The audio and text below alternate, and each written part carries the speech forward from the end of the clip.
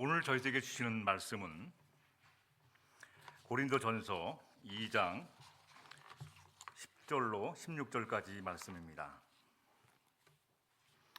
고린도전서 2장 10절부터 16절까지 말씀을 봉독해 올릴 때 살아계신 하나님의 음성을 듣기를 바랍니다. 오직 하나님이 성령으로 이것을 우리에게 보이셨으니 성령은 모든 것 곧 하나님의 깊은 것까지도 통달하시느니라. 사람의 일을 사람의 속에 있는 영 외에 누가 알리요? 이와 같이 하나님의 일도 하나님의 영 외에는 아무도 알지 못하느니라. 우리가 세상의 영을 받지 아니하고 오직 하나님으로부터 온 영을 받았으니 이는 우리로 하여금 하나님께서 우리에게 은혜로 주신 것들을 알게 하려 하심이라. 우리가 이것을 말하거니와 사람의 지혜가 가르친 말로 아니하고 오직 성령께서 가르친 것으로 하니 영적인 일은 영적인 것으로 분별하느니라.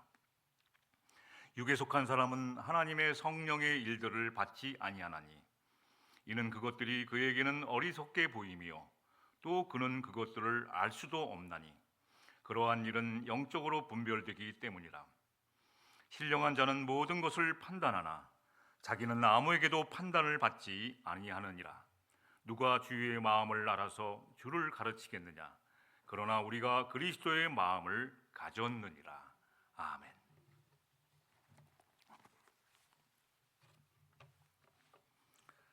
그 믿음이 좋은 신앙의 선조들을 보면 예수님과 닮은 부분이 있습니다.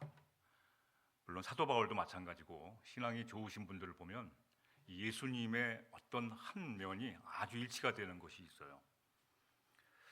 충무공 이순신 장군도 마찬가지입니다. 충무공 이순신 장군에 대한 책을 읽다 보니까 이순신 장군도 예수님과 같은 마음을 가진 것이 있습니다. 어떤 마음이냐면 이 높은 데에 두지 않고 이 낮은 사람들에게 자꾸 임하는 것이죠. 당시에 가난한 자, 병든 자, 억압받는 자, 이름 모를 노예, 이 노예들 있지 않습니까? 종들, 기생, 마을의 촐로들에까지 사랑과 관심을 두었다는 것이죠.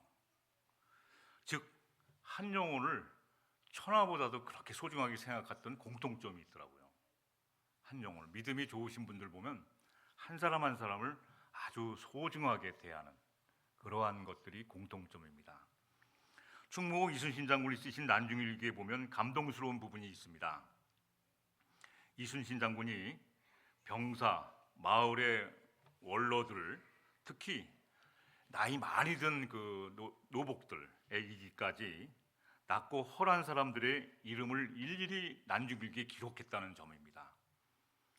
제가 적어보겠습니다. 소문의 종, 갓동과 철매가 병으로 죽었다고 하니 참 불쌍하다. 중해당도 왔다. 새벽에 종 한경, 돌쇠, 해돌 및 잠오종 등이 돌아왔다. 저녁에 종, 금이, 해돌, 돌쇠 등이 돌아갔다. 양정원도 같이 돌아갔다. 저녁부터 비바람이 크게 일어 밤새도록 그치지 않았는데 어떻게 돌아갔는지 모르겠다. 이 한경, 돌쇠, 해돌, 잠오종 등이 종들이 이름을 기억하면서 막 비바람이 치는데 어떻게 집에 돌아갔는지 걱정하는 것이 난중일기에 들어가 있어요. 이 바울서신도 보면 마지막 부분에 이름들이 나와요. 잘 모르는 이름들이 나옵니다. 그 바울을 평생 연구했던 F.F. 브루스라는 학자는 그들, 잘 이름 모를 그들이 사실은 바울과 마찬가지라고 보고 있어요. 그만큼 역할이 컸다는 것이죠. 무엇보다 바울은 이들을 이름을 잊어버리지 않고 성경에 기록되어 있습니다. 아주 흥미로운 것이 있어요. 한번 볼까요? 로마서 한번 보시죠. 로마서 16장 22절 23절 보니까 이 편지를 기록하는 나도 나 더디오도 주 안에서 너희에게 문안하노라. 나와 온 교회를 돌보아주는 가이오도 너희에게 문안하고 이성의 재무관 에라스도와 형제 구아도도 너희에게 무한하니라. 이 더디오, 구아도, 이 더디오라는 이름의 뜻을 찾아보니까 셋째라는 뜻이에요. 구와도라는 것은 넷째, 이름의 뜻이 셋째, 넷째예요. 그러니까 당시 노예이기 때문에 이름을 지어주지 않고 넘버 3, 넘버 4 이렇게 말한 겁니다. 넘버 3 그러면 나오는 거예요. 더디오가. 우리 학교 다닐 때 번호 부르지 않습니까? 학생들이 많으니까 1번 부르면 나오고 5번 부르면 나오고 이름을 잘 안 불러줬지 않습니까? 저는 수학 선생님이 좋아하는 번호래요. 제가 다녔던 번호가 12번인데 수학 선생님이 12번을 이렇게 좋아해요. 12제자 이름이라고. 그래서 수학 시간에 뭐 시키면 12번 나오라고 그럽니다. 무조건. 굉장히 좀 당시에 예수님이 12제자가 왜 12명인가가 별로 안 좋았습니다. 12번, 12번. 그렇게 이 종들을 불렀던 거예요. 이름도 없이. 셋째, 넷째. 이들은 노예였기 때문입니다. 당시 로마의 노예들은 이름 없이 이렇게 숫자로 불러드리는 것이죠. 더디오와 이 구와도는 노예였지만 총명해서 글도 잘해서 바울이 육체의 가시라고 하는 것, 이게 간질병이 눈이 좀 안 보였어요. 눈이 좀 안 좋아갖고 이 성경을 쓸 수가 없으니까 말씀을 이들이 대필해 준 거예요. 불러주는 대로 이들이 바울 서신의 대부분을 썼어요. 이렇게 막 쓴 거죠. 즉 바울이 편지의 내용을 불러주면 더디오와 구이오, 셋째하고 넷째가 이름도 없이 받아 적은 거예요. 그런데 바울이 거의 대부분이 대필시켰어요. 불러주면 적게 했는데 자신이 직접 쓴 것이 있어요. 자신이 직접 쓴 것. 쭉 대필하다가 편지 내용 중에서 자신이 직접 쓴 것이 있습니다. 어떤 것인가요? 그리스도의 십자가에 관해서는 자기가 썼어요. 직접. 갈라디아서 보면 갈라디아 6장은 바울이 직접 쓴 겁니다. 보실까요? 갈라디아서 6장 11절 말씀 한번 같이 읽어보시죠. 시작. 내 손으로 너희에게 이렇게 큰 글자로 쓴 것을 보라. 바울이 직접 썼다는 거예요. 내 손으로. 눈이 잘 안 보이니까 큰 글자로 쓴 겁니다. 안 보이니까 큰 글자로.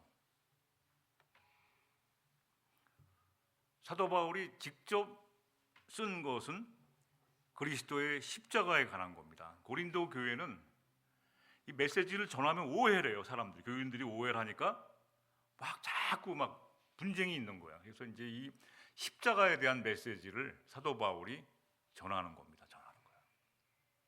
그것을 인간적인 방법으로 받아들이지 말라는 것을 오늘 말씀하고 있는 겁니다. 고린도 교회의 분쟁은 바로 이 십자가의 메시지를 오해하는 것에부터 시작합니다. 우리 교회의 문제들은 다들 십자가를 잘못 받아들이는 데서 있어요. 사실은 십자가 찬송을 하지만 마음속에는 십자가가 중심이 없기 때문에 자꾸만 고난이 오면은 다 흩어지고 말아진 것이죠. 그래서 고린도전서 3장에 가면 어떤 내용이냐면 그 메시지를 전하는 사람에게 좀 문제가 있다고 봤어요. 2장에서는 십자가가 문제인데 그 메시지가 문제고 3장에서는 그 사람이 문제예요. 목사가 문제예요. 목사. 메시지를 왜 나에게 안 들리게 해주냐는 거죠. 유튜브 보면 잘 나와 있는데 왜 메시지가 그 모양이냐는 것이죠. 그것 때문에 분쟁이 또 있는 겁니다. 그래서 바울은 먼저 십자가에 못 박힌 그리스도에 관한 말씀을 전할 때 고린도전서 2장 그 앞에 부분 보면 오늘 본문 앞에 보면 사람의 설득력 있는 지혜로 하지 않는다고 말하고 있어요. 성령의 능력으로 한다고. 성령의 능력.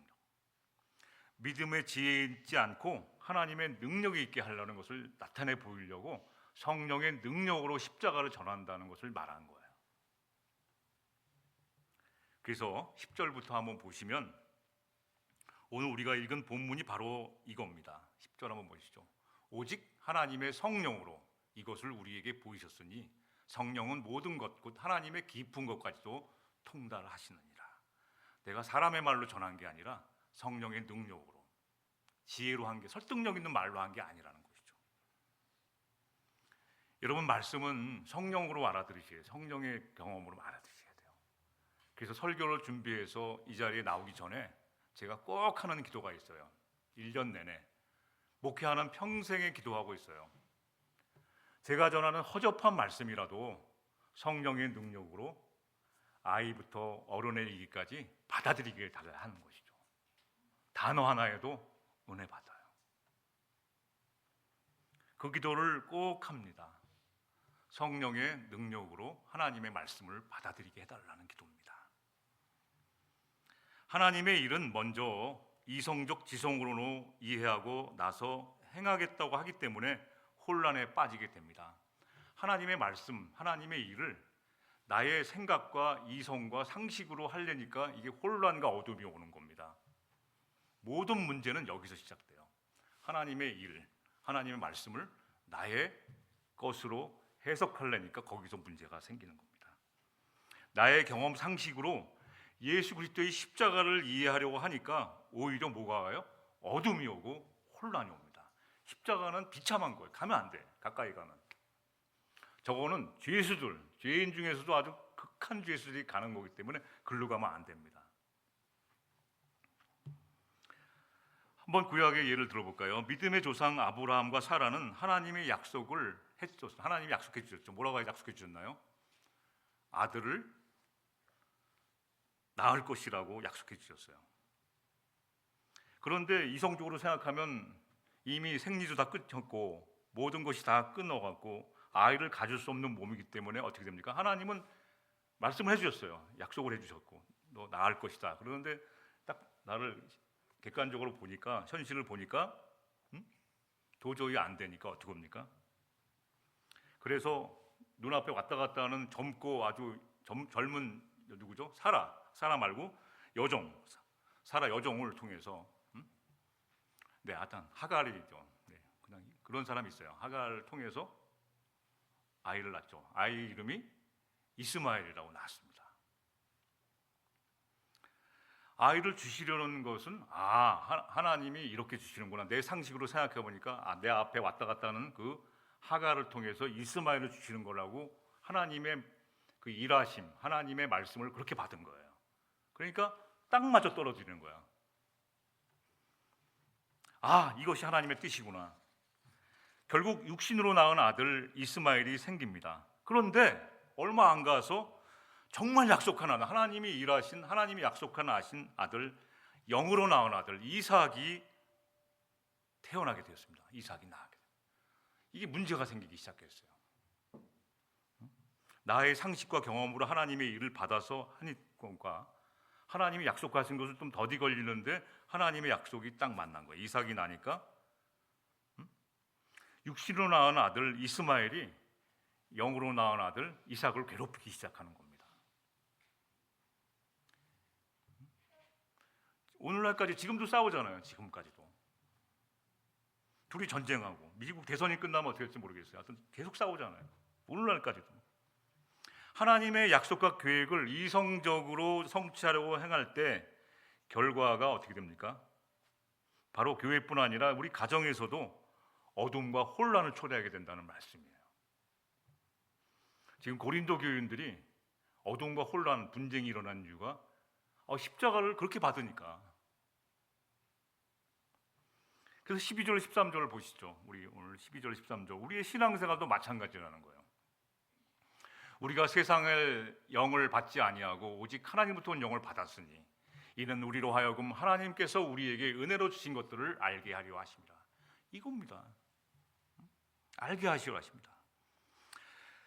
이 성령은 단 한 번도, 여러분 오해하시면 안 돼요. 성령은 단 한 번도 우리 이성에 대하여 하시는 일이 없다는 것을 알아요. 이성에 말씀하신 적이 없어요. 성령은 나의 상식에다 성령이 임한 적이 없어요. 특히 예수 그리스도의 십자가를 사람의 이해에 근거하여 행하려는 시도를 버리고 하나님의 증거로 삼는 목표로 삼아야 한다는 것이죠. 성령은 우리 십자가를 사람의 이성에 호소한 적이 없으시다는 것이죠. 하나님의 영은 영으로 해석할 수가 있다는 것이죠. 그래서 이 자꾸 사람의 상식과 이해를 촉구하는 이 메시지가 나가니까 이 자꾸 분쟁이 나는 겁니다. 이사야서 한번 말씀 보죠. 이사야 당시에 너무너무 이 말씀이 왜곡해 갖고 말이죠. 같이 한번 읽어보시겠습니다. 시작. 주님께서 말씀하신다. 이 백성이 입으로는 나를 가까이 하고 입술로는 나를 영화롭게 하지만 그 마음으로는 나를 멀리하고 있다. 그들이 나를 경외한다는 말은 다만 들은 말을 흉내내는 것뿐이다. 십자가에 관해서 성령이 하나 들은 말은 있으니까 자꾸만 뭐 성령 충만하면 좋다, 무슨 말 좋다 하고 그런 말은 많이 합니다. 그러나 자신이 십자가의 중심에 두고 하는 말이 아니라 남에게 들은 말을 흉내내는 말인 것뿐입니다. 흉내내는 것. 성령은 사람을 통해서, 사람의 지식을 통해서 십자가를 전한 적이 한 번도 없으시다는 거예요. 그래서 어떤 지식을 갖고 십자가를 대하면 이게 잘 와닿지가 않습니다, 여러분.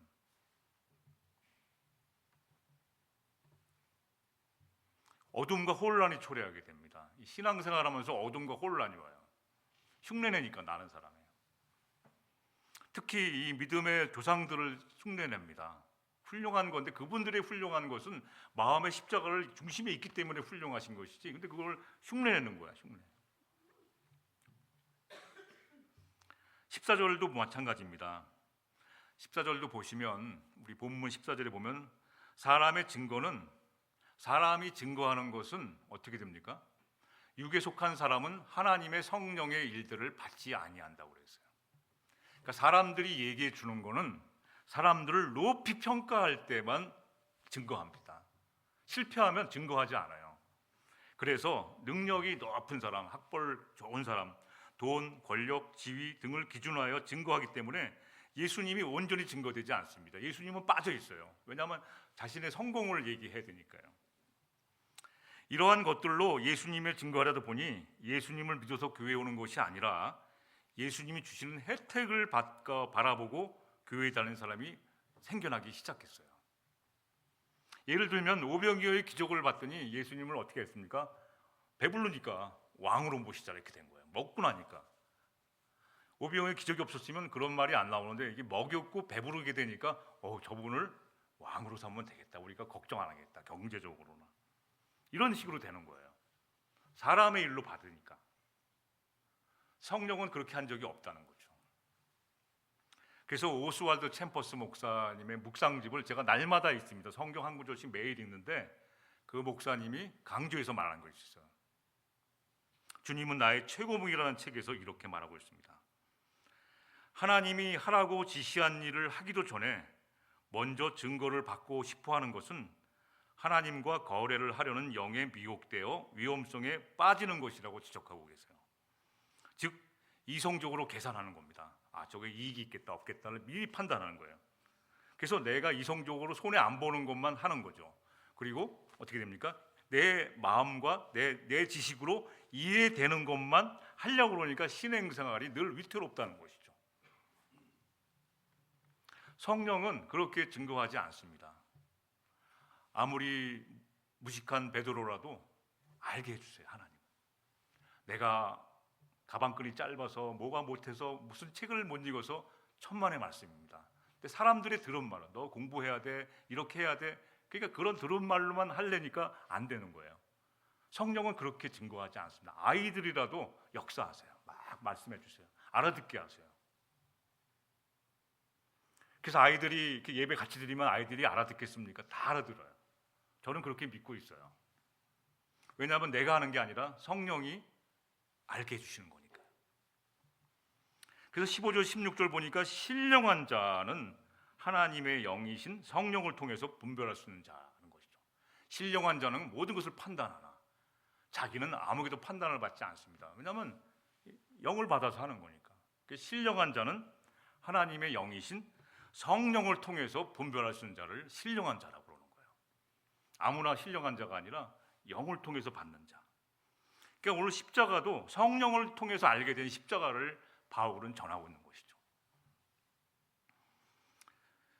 그래서 13절 뒷부분에 보시면 오직 성령께서 가르친 것으로 하니 성적인 일은 영적인 것으로 분별하느니라 이렇게 되어 있어요.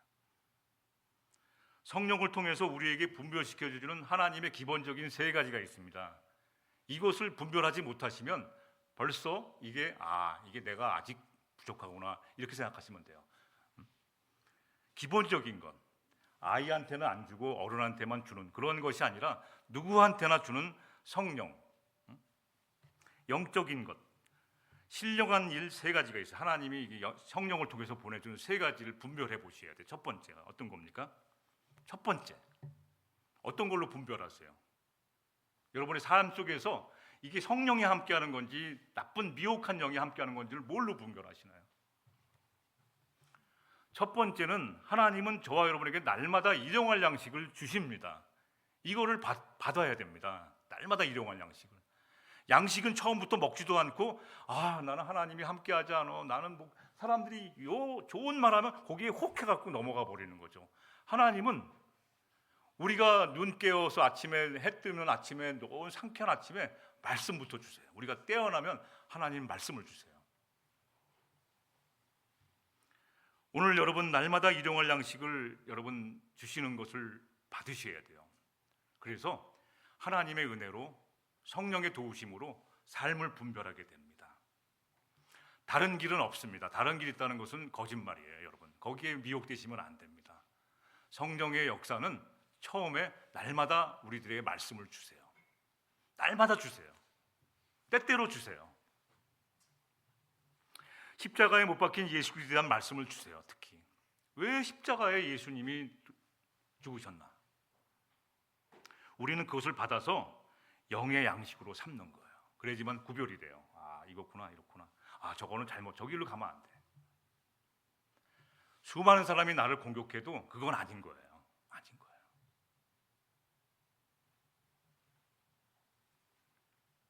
이런 경험은 많지 않습니까? 10사람이 가나안 땅은 들어갈 수 없습니다. 2사람은 죽기를 각오하고 얘기한 거예요. 하나님이 우리와 함께 하시는데 갈 수 있습니다. 이쪽 10사람은 우리를 마치 메뚜기처럼 볼 것입니다. 하나님이 언제 그런 말 했습니까? 성령이 언제 그렇게 증거했나요? 성령이 증거하는 건 좀 이따 얘기하겠지만 성령이 증거하는 건 하나예요. 여러분과 나와 여러분은 하나님의 자녀라는 걸 증거해 주세요. 하나님의 자녀로 구별해 보는 겁니다. 내가 이게 노예인가 자녀인가. 그 신령한 자는 첫 번째 성령을 통해서 뭘 구별해 주냐면 첫 번째 이 기초가 날마다 일용할 양식을 내가 받아먹고 사느냐가 중요합니다. 십자가의 말씀이라는 것이 어떤 거예요? 십자가 말씀이라는 건 어떤 건가요? 십자가 말씀이 뭐예요? 그냥 울면서 십자가 주여 십자가 지셨군요. 이게 아니에요. 십자가의 말씀이라는 것은 우리를 죄에서 구원하셨다는 겁니다. 다른 길은 없습니다. 죄에서 구원하는 것은 십자가라는 거예요. 그 말씀을 해주시는 거예요. 그러니까 얼마나 놀라워요. 우리는 틈만 나면 죄를 짓는 구조가 되어 있어요. 오늘 성령 충만해서 나가는데 조금 나가다가 또 죄를 져요. 그런 구조로 되어 있는데 그 죄에서 완전히 이제 우리를 정죄할 사람이 없게 만들어진 것이 십자가의 말씀입니다. 그 말씀을 아침마다 주시는 거예요. 그러니까 그 말씀 받으면 이 구별이 되는 겁니다. 저거는 나쁜 거구나. 또 하나 십자가의 말씀은 어떤 겁니까? 약할 때가 강함이라는 거예요. 약할 때. 다 실패한 것 같은데 넘어졌는데 일어설 수 있다는 말씀입니다. 십자가의 말씀이 그러니까 얼마나 힘이 됩니까? 나는 넘어져서 일어날 수 없는 것 같은데 십자가의 말씀 뭡니까? 일어서라. 내가 너를 도와주니까 일어서서 나가라는 것이 약할 때가 강함. 바울 신학의 핵심이 약할 때가 강함이라는 거 아니에요. 바울은 그렇게 약한데 강함이라는 것이죠. 그러므로 우리가 이 세상을 살아갈 때 무엇을 먹을까, 어떻게 살까 그거 하지 말라는 거 아닙니까? 그 김인중 씨가 쓴 안산 동산고 이야기 중에 이런 구절이 있습니다. 김인중 씨가 썼어요. 안산 동산고 이야기. 제가 읽어드릴게요. 구절 중에서 내성적인 학생은 생각을 진지하게 해서 좋습니다. 사교성이 적은 학생은 정직하고 과장되지 않아서 좋습니다. 소심한 학생은 실수가 적고 정확해서 좋습니다. 질투심이 많은 학생은 의욕이 넘쳐 좋습니다. 말이 많은 학생은 지루하지 않아서 좋습니다. 자신감이 없는 학생은 겸손해서 좋습니다. 직성적인 학생은 속종이 깊어서 좋습니다. 하나님은 우리 한 사람 한 사람을 이렇게 사랑하셔서 독생자 예수 그리스도를 주셔서 그를 믿는 자마다 멸망하지 않고 영생을 얻게 해주십니다.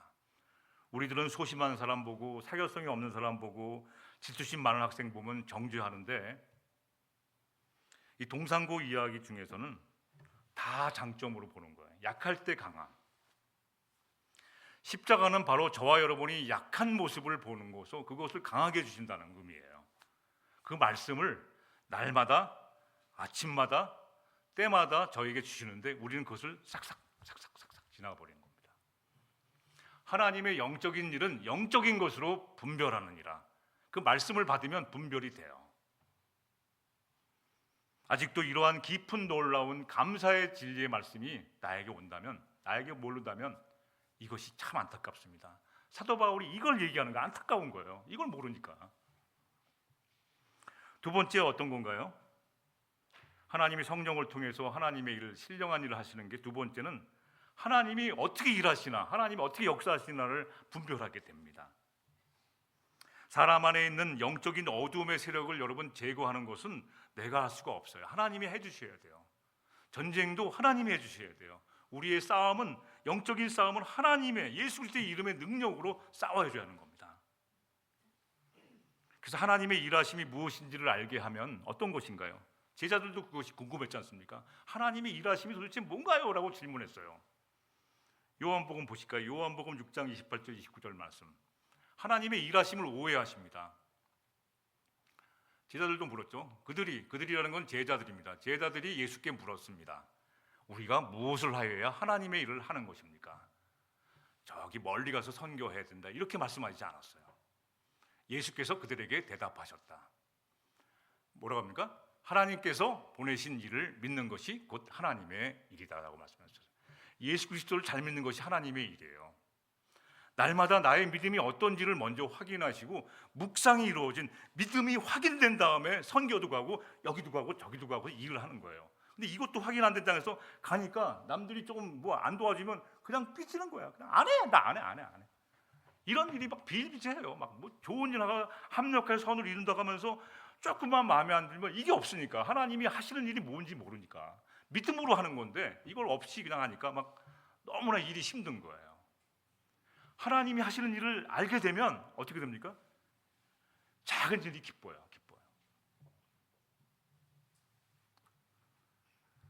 제가 이틀 전에 갑자기 이 교회에 콘크리트를 바르고, 자랑하는 게 아닙니다. 콘크리트를 바르고 싶어요. 사다가 구멍 난 데 있잖아요. 갈라진 데. 그래서 갈라진 게 우리 집에도 막 많이 갈라졌더라고요. 그래서 이게 교회부터 하고 쫙 집도 싹 끝내놨어요. 하루 종일 걸렸습니다. 일을 잘 못하니까 좀 쫙 해놨더니 그 다음날 비가 오는데 얼마나 감사한지 모르겠어요. 기쁘게 하니까.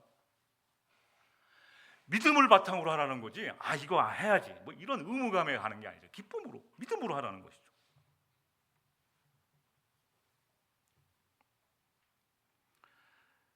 하나님의 일하심, 바로 이것을 이해해야 됩니다. 성령을 통하여 우리에게 분별해 주시는 하나님의 신령한 일, 세 번째는 어떤 거예요? 이 세 가지 기초를 딱 세우셔야지만 성령을 통해서 내가 분별하게 돼요. 두 번째는 하나님의 일하심을 알게 된 거고, 하나님의 일하시는 것이 이것이다. 예수 그리스도를 잘 믿어라 먼저. 그래서 한경직 목사님도 늘 그러셨지 않습니까? 목사님이 찾아가서 좋은 조언을 구하면 이봐, 예수를 잘 믿게나, 예수 그리스도를 잘 믿게나, 늘 그 말씀하셨지 않습니까? 세 번째, 하나님이 성령을 통하여 우리에게 분별해 주시는 하나님의 신령한 일은 어떤가요? 나의 나된 것이 하나님의 은혜임을 깨닫게 해주세요. 오늘 내가 있음은 하나님의 은혜로 된 것을 막 깨달아져요. 내가 한 게 아니야. 볼 때 내가 한 것 같은데 하나님의 은혜로 이게 부어주신 걸로 은혜로 됐다는 것을 깨닫게 돼요. 이 지나온 걸 돌아봤더니 지나온 삶이 좀 고생스럽고 힘들어서 그냥 이 지겨운 인생인가 했더니만 나의 나된 것이 하나님의 은혜라는 것이죠. 주님의 발자국이라는 노래가 있어요. 시도 있지만 어느 날 무심코 보았지. 그동안 걸어왔던 내 발자국들이 쓸쓸하게 굳어져 말라가고 있다는 걸 하지만 그 순간 느꼈지. 또 다른 누군가 나와 함께 걷고 있다는 걸. 그동안 걸어왔던 내 발자국들이 나를 업고 걸으신 주의 것이라는 것을 이제 알았어. 그 발자국이 걷고 내 발자국만 있어도 어떻게 된 거야? 주님이 안고 오셨다는 거죠. 이 길을 함께할 주님이 있다는 것을 알기에 난 쓰러지지 않아. 언제나 나에게 큰 힘이 되죠. 다가올 고난도 더 이상 두렵지 않아. 나에게 주어진 이 길을 견뎌낼 거야. 주님이 안고 가시니까. 보니까 이게 나 혼자 온 게 아니야. 그 은혜를 발견하는 순간 오늘 하루의 삶이 달라져요. 분별하게 됩니다. 아, 이게 내가 하는 게 아니구나. 나를 사람들이 안 높여주면 뭐라고 그러나요? 기분이 좀 나빠.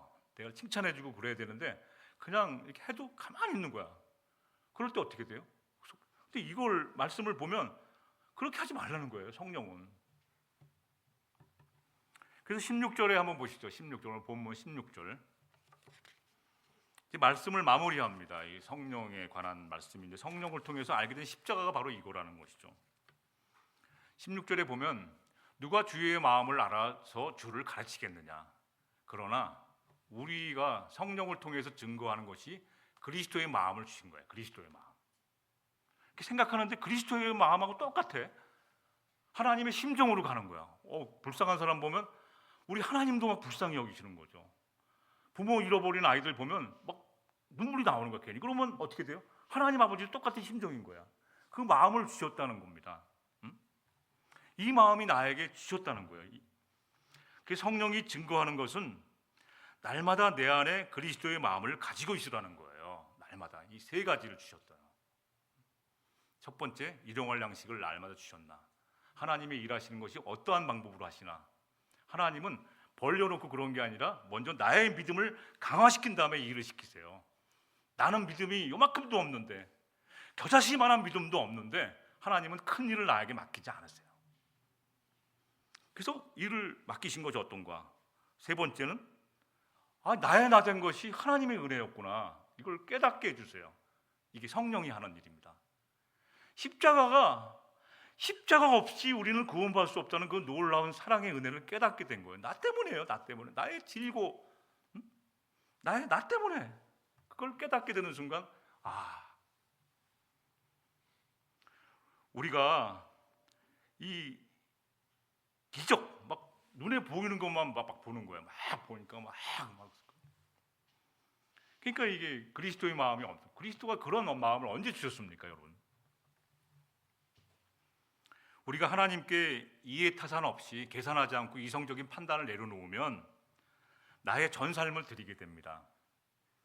그럼 성령이 나에게 임한 그 성령이 그리스도의 마음을 가지고 있으니까 그걸 움직이세요. 그래서 하나님의 자녀라는 것을 확신시켜 줍니다. 성령이 이겨가지고 막 일하고 막 그런 게 아니라 내 속에서 막 이게 뭐라고 그러나요? 열이 끌어올라. 열정이 끌어올라. 뭐가 끌어오릅니까? 하나님의 자녀인데, 내가 왕자인데, 하늘의 왕자인데 너무 비참하게 사는 거야. 나의 삶이 너무 꼬질꼬질해. 너무 치사해. 막 작은 거 갖고 막 그냥 막 너무 치사한 거야. 하나님이 이걸 원하시는 것이 아니에요. 막 성령을 주셔서 너는 내 자녀야. 이걸 계속 심어주시는 거야. 날마다. 너는 내 자녀라니까. 막 걱정하고 막 다 지쳐갖고 들어오면 내가 할게. 아들이 사고 쳐갖고 들어왔더니 아버지가 내가 한다니까. 내가 다 물어줄게. 걱정하지 마. 너 공부해.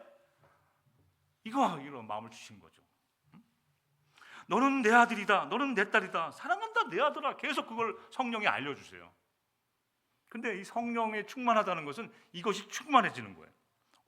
이거구나. 하나님의 내가 자녀구나. 하나님이 다 해주시는데, 다 공급해 주시는데 왜 어깨가 축 처져갖고 못해, 할 수 없어, 매일 그냥 궁상 떠는 말만 하고 다니냐는 거예요. 말씀을 정리하겠습니다. 고린도 교인들이 이걸 오해한 겁니다. 고린도 교인들이 늘 궁상 떠고 무슨 재정 없으면 일 못하고, 무슨 일 할 때 돈 얘기부터 하면 저는 안 합니다. 죄송합니다. 시작할 때 이거 없어요, 저거 없어요. 그럼 저는 안 해요. 그런 사람들과는 안 합니다. 근데 너무 그런 사람들과 안 하는 걸 감사하게 생각해요. 계속 교회를 많이 왔는데 그런 사람들과 해서 별로 재미가 없어요. 먼저 어떻게 하나님께 영광 돌릴까를 궁리하고 하는 사람들하고 하면 너무 잘 돼요. 그 다음에 다 하게 주세요. 하나님이 뒤에서 먼저 이거 어떻게 할까, 얼마 들어가나 뭐 이거부터 하면 이게 안 돼요. 그런데 나만 그런 게 아니라 로렌 커밍햄 박사 그 열방 있잖아요. 그 목사님도 그런 얘기를 해요. 그거부터 얘기하는 사람은 선교사 자격이 없다고 그래요. 가자마자 야, 돈 주세요, 구워주세요, 도와주세요, 이런 사람은 자격이 없다는 거예요. 가자마자 어떻게 하면 그 한 영혼이라도 위해서 일할까, 막 이런 사람들이 하나님이 주시는 것, 그거라는 것이죠. 고린도 교회들이 이러한 메시지를 오해한 것입니다. 그래서 바울은 예수 그리스도의 십자가의 그 사랑을 성령을 통하여 받으라는 거예요. 성령을 통해서 이해하라는 거예요. 받아들이라는 거예요. 사람의 지식으로 받지 말고, 사람 흉내만 내지 말고 성령을 통해서 받으라는 겁니다. 그 성령을 통해서 한 증거는 당신과 여러분은 하나님의 자녀입니다라는 거예요. 자녀. 내 안에 하나님 아버지 마음, 그리스도의 마음을 갖게 하셔서 아, 내가 하나님의 자녀이구나. 오늘부터 이 자녀는 오늘부터 영원토록 하나님이 나를 안고 가시는 것, 하나님과 함께 지금부터 영원까지 함께 한다는 것을 받으라는 거예요. 근데 이런 마음을 안 하니까 오늘 뭐가 조금만 잘못되면 넘어지고 또 안 되고, 그래서 그리스도인의 마음은 이러한 영을 받으면 어떻게 됩니까? 구별이 되니까 날마다 기쁨과 감사가 넘치는 거죠. 날마다 기쁨과 감사로 살아가시는, 성령으로 십자가를 받아들이셔서 날마다 기쁨과 감사로 살아가시는 우리 모두가 되시기를 주님의 이름으로 축원합니다. 기도하십시다.